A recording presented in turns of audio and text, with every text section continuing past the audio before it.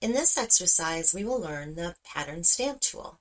It is basically a very simple tool. We can paint on an image using a pattern tool. Okay, let's see how this tool works. If I move my arrow key on Stamp Tool and right-click on it, we can see the Pattern Stamp tool underneath the Clone Stamp tool. Or we can press Shift and S to choose this tool. Okay, I have an image open and we have different patterns above here. We can choose any of them to apply. Let's say this one. Start painting on the image, something like that. You can see this type of effect. We can try another pattern. Let's say this one, and paint, something like that. Now we can see it's just creating a pattern.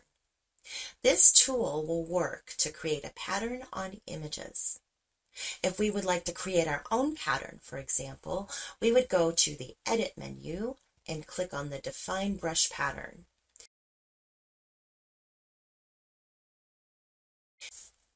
And here we type any brush name and click OK. And then go to the pattern and we can see we have created this pattern.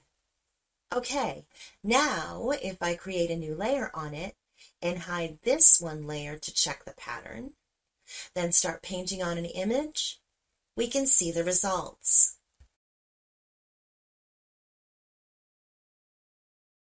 Okay, next we have some options above.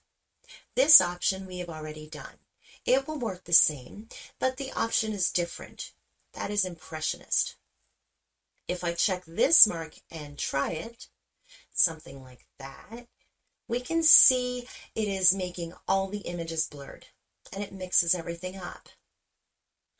Okay, in the next exercise, we will learn the History Brush tool.